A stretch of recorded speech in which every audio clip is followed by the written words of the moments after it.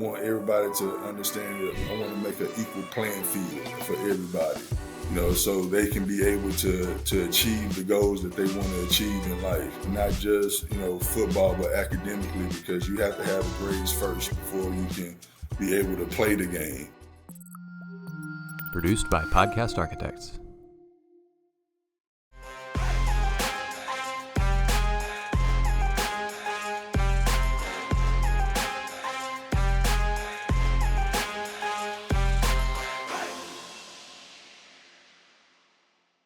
Welcome back to another episode of the Sports Leadership and Laughter Podcast. I'm here with friend and head coach, Aldine Eisenhower football, Odell James. Odell, welcome to the show. Man, glad to be here, Rick. I appreciate you giving me an opportunity to come out here and share, my testimony and just, let you know about what's going on at Aldine Eisenhower. No, I appreciate it. And for the listeners out there, Odell and I go way back to Houston Hoop days in the good old 90s when we were both in high school and rivals, but friendly rivals across the city. So, but for those people that may not know a little bit about you, share a little bit from your football days and all the way through Baylor into what you're doing now. Well, born and raised in Houston, played at Aldine MacArthur for Bob Alpert, Johnny Carter and Coach Gonzalez for football, basketball, and baseball. I did basically all, and I ran track, here and there, played all four sports, grew up on the south side of Houston, from elementary to junior high. And then I moved over here to the north side of Houston, in sixth grade. And, started, been playing football all my life and eventually started playing basketball, in junior high, just watching greats like Michael Jordan and, Magic Johnson, all these kind of guys, and just imitating they skills on the basketball court, and then also just, coming out as the number one player in the state of Texas and in the nation in football and in the top 100 in basketball as well. But I chose football because I was spending more time doing football than basketball. And, from there, went to Baylor, had, three different head coaches and 5 different offensive coordinators. And, you get lost in the bundle of athletes, when you have that many coaches and offensive coordinators and stuff. And then at that time, we really didn't think about, transferring and transfer portals. And, it's all about loyalty at that time, in the 90s. So you really didn't know anything about transferring and all those kind of things. So I just stayed there. The Lord blessed me to graduate and, found my beautiful wife at Baylor. She got her doctor's degree in education psychology. We have 5 beautiful children, 2 daughters and 3 sons, Alexis, Gabrielle, Solomon, David, and Jet. My oldest daughter graduated from West Point. My other daughter's at Baylor, about to graduate in August. My son is at Iconic Word, playing football there. And, I got 2, David and Jet, 13 and 11. So the Lord had blessed me to, go around the state of Texas and, just, coaching, high school, college, was in the Bill Walsh minority fellowship programs, was there with the 49ers with Coach Singletary and, with Mike Shanahan with the Redskins and, was there with Kyle Shanahan at the Cleveland Browns doing that. And then just being, 11 years at Baylor University, 4 years with Guy Morris, that was one of the founders of the Air Raid, with Howard Mummy and Coach Mike Leach. Got to coach with him for 4 years and then 7 years with Art Browse, with 7 years with Art Browse. And And then in 2015, I left college football and started going down to the high school level because of my mentor, Grant Taft, definitely told me, Odell, eventually one day, keep your connections in college football, but at the same time, you can definitely be a head coach in high school football. So go down to the high school level and develop these young men and young women and prepare them for life and get them prepared for college and give them the opportunities to know what goes on in college sports. So it blessed me to be able to go down to Dallas, where I got to be able to get with Jason Todd. Now, been in 3 state championships at South Oak Cliff High School. Helped him to develop that program, to what it is today. After that, I left and went to Prestonwood Academy in 2018 with Coach Cunningham, and we won state for like the 6A TAPS in 2018. And after that, I went down to South Texas, Bruni, Texas, and like down close to the border. You probably know about that, Rick. Just being down there in South Texas, close to Laredo, got to be able to impact a lot of young men and young women. Got to be able to let them start believing believing in themselves and going to college and, making a difference of themselves. And, that was a blessing to be able to go down there for a year and a half and change the programs around and revamping they programs over there. After that, I left and tag team with a guy named Howard Watson in Corsicana that won state championships at South Lake Carroll. He went to Corsicana, and I went down there with him for 2 years. And then after that, went to Duncanville with Reginald Samples.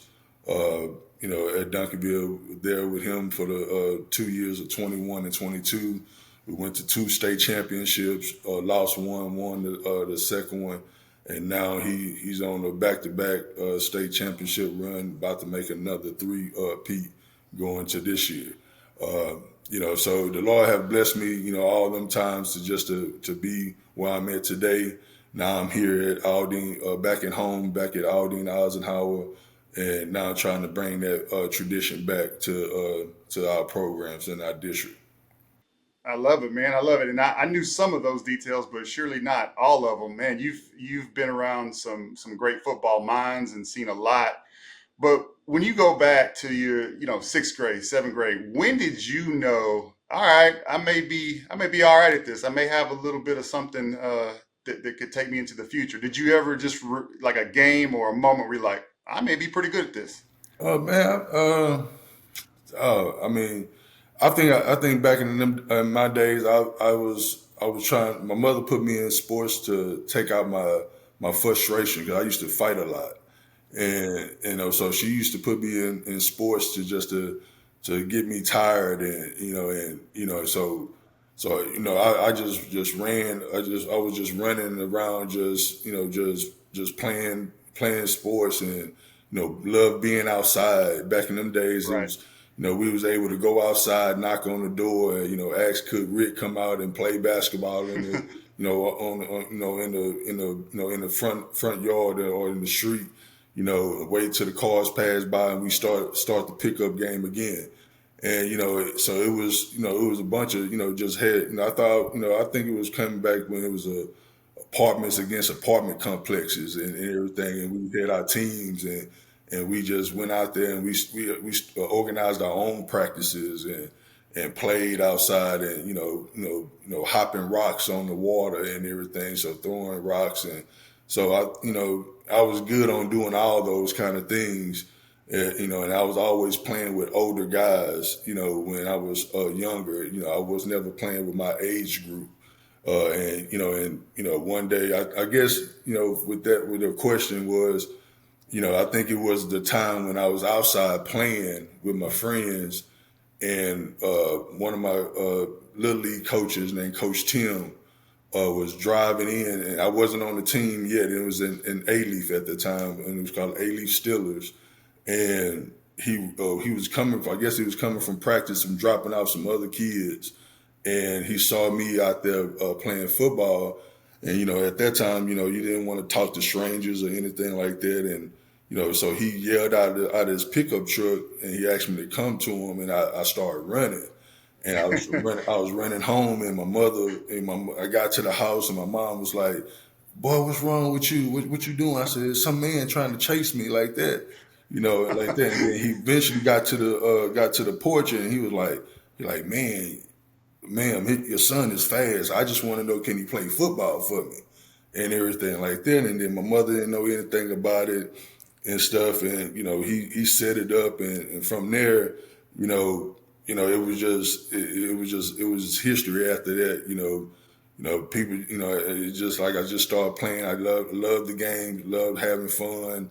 And, and just eventually, the Lord blessed me with a gift that it actually helped me to be where I'm at today.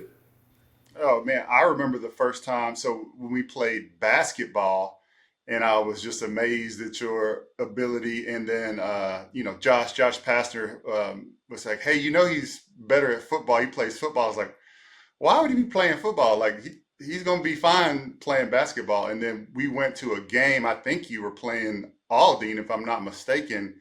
And I went to a game with Josh and saw you play on the field. I was like, oh, okay, yeah,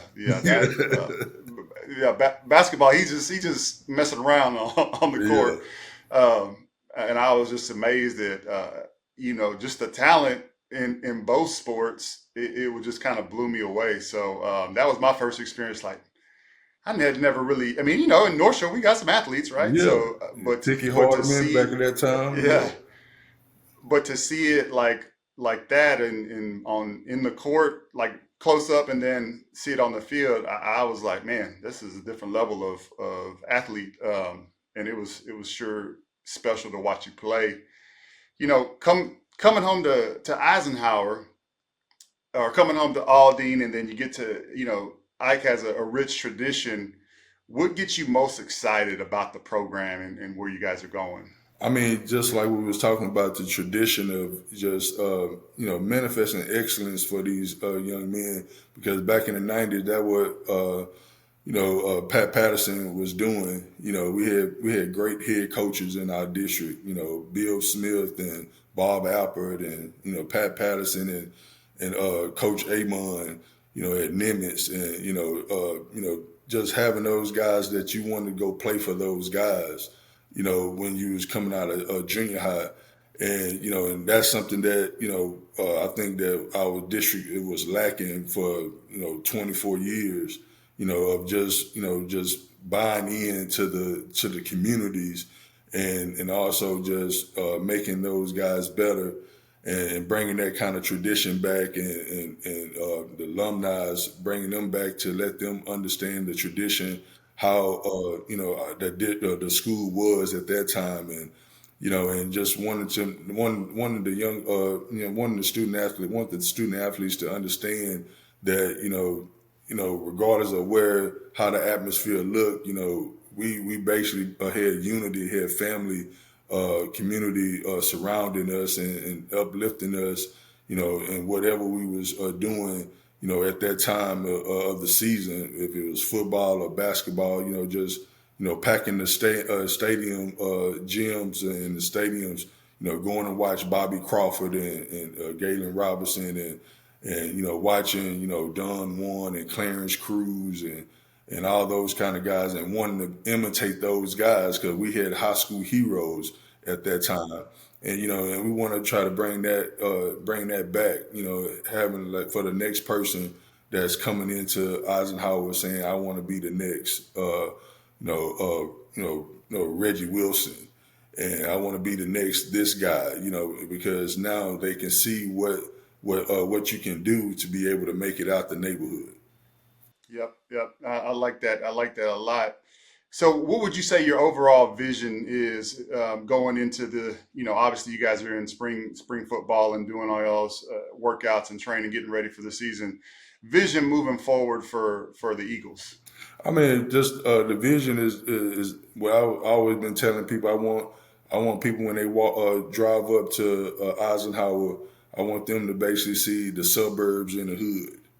and I want everybody to understand I want to make an equal playing field, for everybody, so they can be able to achieve the goals that they want to achieve in life, not just football, but academically, because you have to have the grades first before you can be able to play the game. And with these college coaches coming in, I want them to make sure that they have over a 3.0, not just an average 2.5 or a 2.8 GPA and just barely getting in. Now, the Lord is definitely blessing these young student athletes now that they don't even have to take the SAT or ACT anymore. So it's more easier for a student athlete now to be able to achieve what we was trying to achieve, now the 16 core classes that they have to be able to achieve and accomplish. I mean, that should be something that they can really focus on than having to worry about, doing the SAT or ACT. So my main thing is to be able to educate these young student athletes, boys and girls, teaching them the proper way how to train, how to take care of their bodies, how to be able to, handle peer pressure, not worrying about, doing silly and foolish things, and just preparing them for life. Yes, we want to win games and have success on the court. Everybody wants to go to a state championship, but the first thing that they have to do to be able to accomplish that is change their mindset.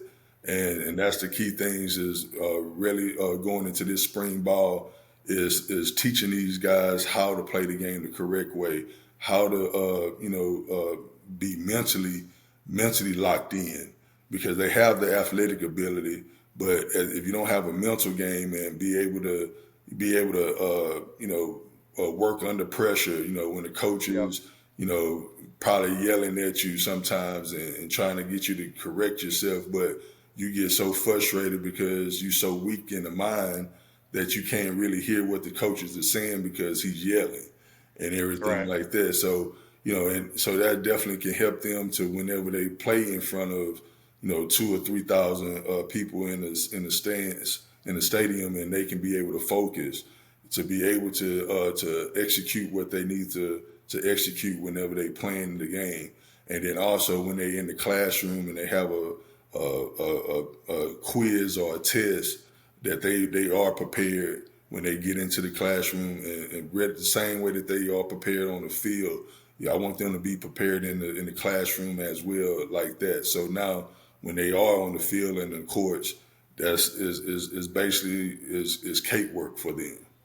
Yeah, yeah. No, and so, that kind of brings me to my next question is, what do you think the biggest difference is from coaching kids in high school to coaching college kids, like the leap that they got to take to go to the next level? Is there something you put your finger on and said, man, this was one of the biggest challenges, to make that leap for kids? I mean, definitely the two different things from high school is that you have to develop these guys. You have guys between 14 and 18 years old, and each level have a different level, a stage of a skill level of guys. Like when we was growing up, we was called just like Jalen Rose and Chris Webber, we was the Fab Five, and just in those kind of ways, we was ready to play with 18-year-old guys.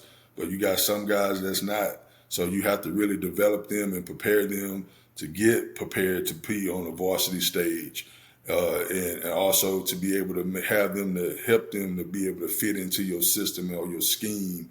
That you always got to, every spring you got to look at your personnel and figure out what kind of personnel groupings how we gonna run our plays. We don't have as many wide receivers or running backs or anything like that, so we have to be able to figure out a way to develop a person to be able to get into that formation if we want to get into that formation. In college, you basically have guys that you recruit to fit that scheme and fit that program and be able to come in and do what you want them to do for your program. So, these are the key things right there, in that kind of way. You have to be a dad to these guys, in high school. You have to be a tutor, a mentor to these Yeah. guys, a counselor, mother and father to them. So, I mean, there's a lot more things that you have to do in high school to develop these young men before they get to college, and hopefully when they are at college now, is just basically like, okay, you mature enough, you going to class, you doing what you need to be doing academically, you meeting with your tutors, you coming to your meetings on time, you being at the dining hall at the time that the coaches is asking you to be there, you making the plane on the correct time, you get on the bus. So everything is a time management in college, and you look for them to be more mature to be able to handle those responsibilities and things that we asking them to do. That makes a lot of sense. I forget about all of the meeting at the bus and all the stuff that, if you weren't on time, man, it was not good. Yeah, not good. It was not a fun discussion. Yes. Um, so as a head coach, obviously you talked a little bit about building your different layers of your players and which groups they fit in. But when you're looking for assistant coaches to add to the team, what do you look for when you're hiring assistant coaches? I mean, it's almost the same things. That one, I look for, character. Making sure that the coaches have great character. When I talk to other people about them, they saying nothing but positive things about the coach and how he go an extra mile. Than the things that you asking him to do. He goes beyond that. Because he loved the game and he loved the position that he's in, and the things that we are, the responsibilities that we are giving him as an assistant coach. The next thing is loyalty. Are you loyal to our program? Are you loyal to these student athletes? Are you loyal to our district? Are you loyal to our school? And also, are you loyal for the classroom? Because like I tell my coaches all the time, you getting paid more. You get paid more by you teaching your class than coaching, than just a stipend. So, are you going to be excellent in that classroom? Because if you're going to be excellent in that classroom and teaching these young men and young women how to develop themselves in the classroom, education wise, you definitely going to do a great job by teaching your position group, because you only got your position group that you're going to be coaching at that time. So I look for having great coaches that can be great teachers as well, because that's the first thing. The third thing is, is he real big on social media? Just being able to, with these day and age student athletes, you have to build that relationship with them with the social media. You have to have some kind of, music and stuff like that, because these kids today is a show me state. They don't visualize or dream big like we used to. I mean, like eventually we created things and brought them to life and everything. These kids just basically now wanted to be there and think that it always was there. So now, do you have enough create ability to be able to make that person dream and believe for what you selling? And that's the kind of coaches that I want to hire on my staff. And I love that. And that's a good point about, having the vision of understanding it may not be here today, but if we do it the right way, it's going to build something. Yeah, that seems to be a thing of the past, because you're right. I mean, I got three, we were talking yesterday, I got three kids of my own, and, they try to, like, I want that now without seeing all of the work Yeah, that goes into the process, because that process is usually what's not talked about. yeah. They just see the result of it. You know, Thinking about coaches and just the coaching hierarchy, and there's jobs open all the time. A new coach comes to you, or one of your assistants comes to you and says, "Hey, I'm going to apply for such and such head job." How do you know if they're ready, or what advice do you give them so that they can kind of self-assess to know if they're ready to be a head coach? I mean, in my program, I try not to micromanage my coaches as much. Offense, I'm real big on the offensive side of the ball, so I might micromanage that a little more because I'm detailed and I'm looking at things and stuff like that. But if I'm gonna make you an offensive coordinator, I expect you to do offensive coordinator things. Or if I put you as a defensive coordinator or special teams coordinator, I'm gonna give you leeway, and I'm also gonna be there to help you. And so I'm definitely gonna have you to be able to be hands on what you're doing, and so I don't want to just also just micromanage and do it, and then and say that you are the coordinator, but you ain't really calling plays or you really not breaking down film the correct way. I want to be right there to be able to help you in that kind of way. And when they do come to me and ask me those kind of things, I ask them questions.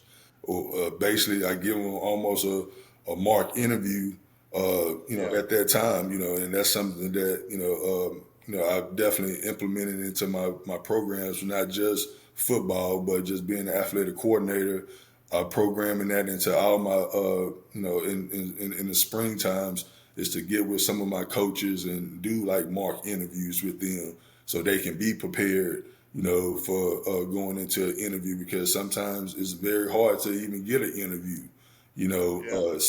so how would you know and how would you be prepared for those questions if you don't never heard the questions asked to you? So that's something that we definitely want to develop, because that was the same way that coaches did for me, Coach Samples and Jason Todd and Art Browse, all those kind of coaches have came to me when I came to them and asked them about certain jobs. Phil Bennett, asking me questions about about things that I need to know on interviews.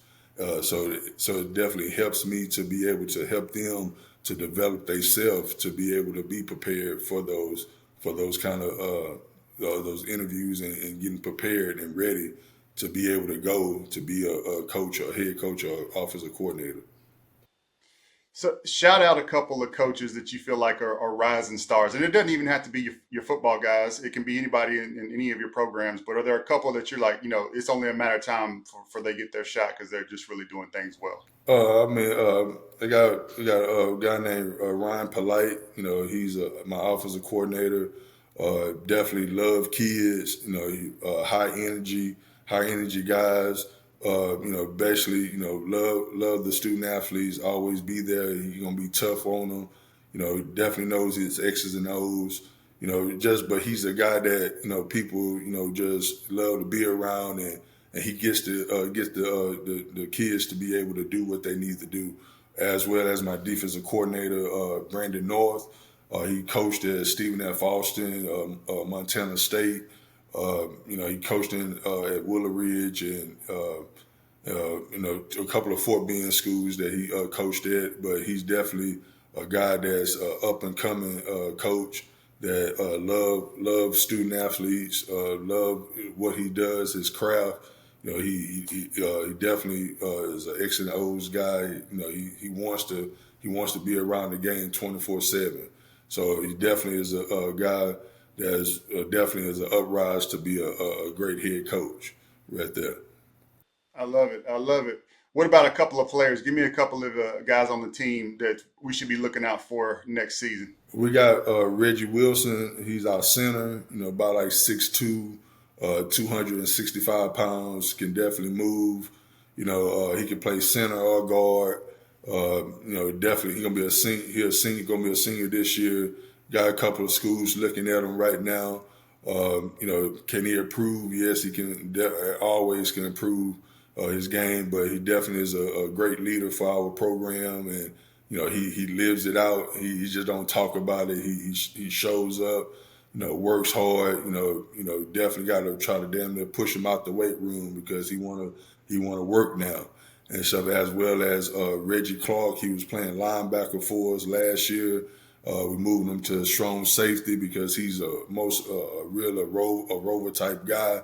He's not really 6'1", 200 and 30 pounds as a Division I linebacker. So we're putting him in the right position that he can be recruited. About like 5'11", 170 pounds. Definitely can be able to cover tight ends and slot receivers, and he got a nose for the ball, so he'll come down and he'll hit you as well too. So definitely those two guys are two impact guys that's going to be showcasing their skills this coming up season. I love it. I love it. I appreciate that. All right, I only got one more question, and I'm gonna cut you loose because I know we're up against our time here. But Yeah. when you think back to high school, who is your favorite basketball teammate? Uh, favorite basketball teammate. Well, you talking about high school or about AAU teams? It doesn't. High Both of school. them. High school is my boy Leon Morris that went to Baylor with me. He played Yeah. AAU with us with the hoops. He was on our second phase of our Houston Hoops team with you, and then just Houston Hoops. I mean, I can't. I enjoyed all my boys. I mean, I enjoyed everyone. I mean, Josh would probably be my favorite one because, Josh always kept. He was always dad. He always was the one that still today you would call him and you could probably be down or probably frustrated about something, and if he don't pick up the phone. He got a message on his answer machine to Yeah. get you motivated and put a smile on your face, and you be like, "Dang, Josh always happy." You know what I'm He saying? was. He kept the peace. Even Yeah, it's everybody's everybody on the court's an all American and all state this and all yeah, state that. So yeah, sometimes it was a little tough. There are times when yeah. there's only one basketball. So Yeah, and Josh Josh did. was that guy, and when we first, we really probably need to have a documentary of the Houston Hoops and have like a little story, some movie type thing, because the way that how it all happened, and how the second Hoops was developed was because of Josh Pastner. And like I tell people a long time ago. I tell a lot of people that when he was 14 years old, this dude had a vision of being a college basketball coach. And I was actually in his room when Dean Smith calling him and asking him about players Yeah. at 14, 15 years old, because this guy is, we going to Disneyland or MGM Studios, and he want to go into the gym and watch other players play, and he writing scouting reports on top players and telling us who these guys are.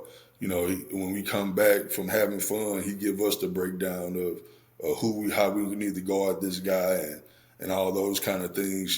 So just looking at him and just thinking about him. And just yesterday, he sent me a picture of all of us, qualifying to go to nationals and everything. Just out the blue, he'll just pop up with something, and and it was just a blessing to see us what we was doing in our lives and just doing the things that we doing, coming from Fruit of Balloons to Nike to Nike sponsoring our program and then just seeing that one team now is 13 12 through 17U and everything, when it was just one team and everybody wanted to beat the Hoops.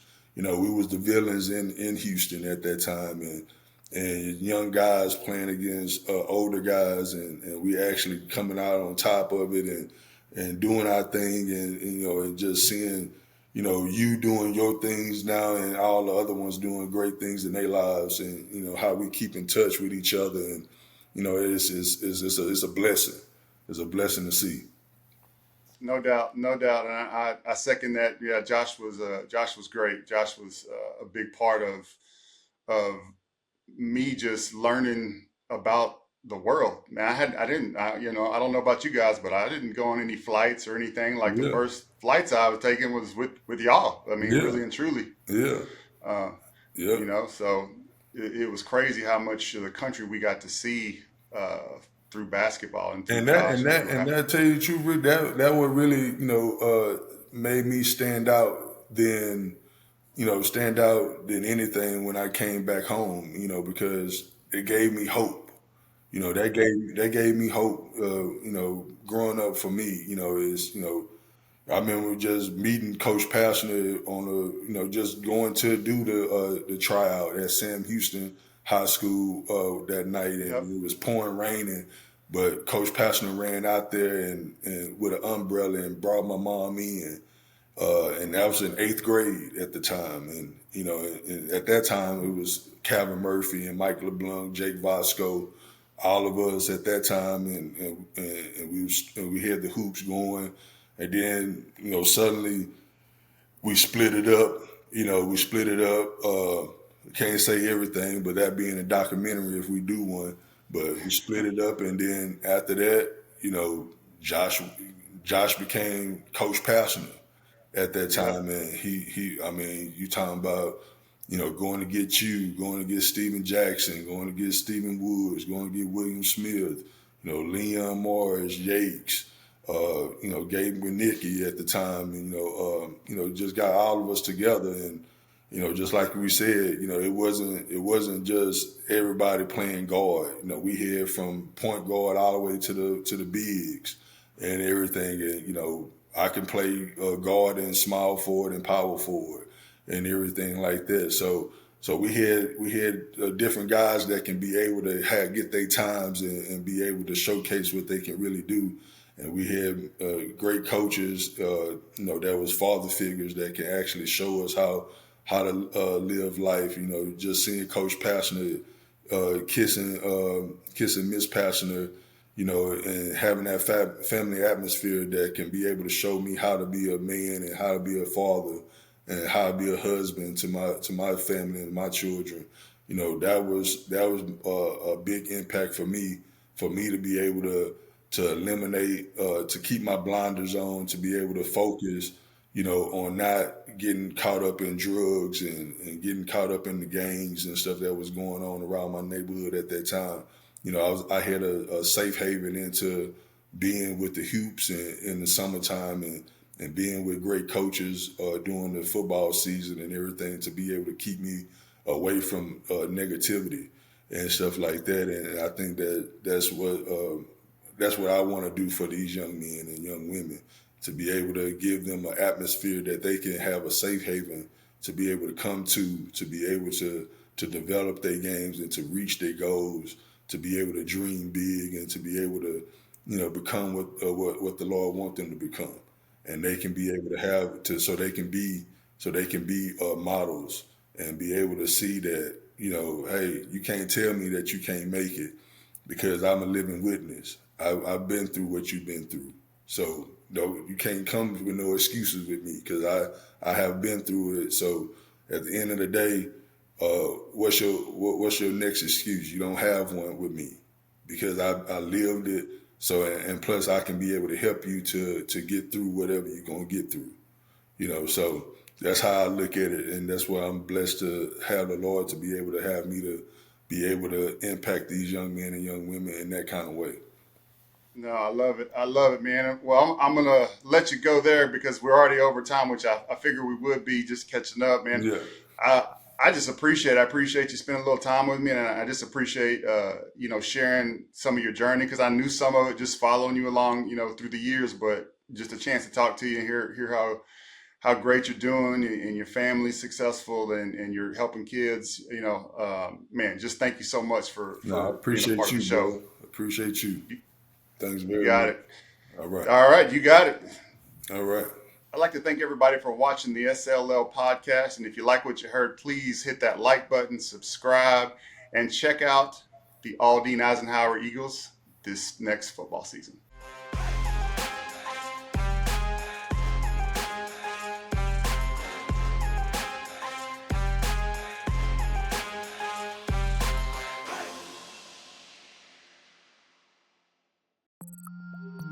Produced by Podcast Architects.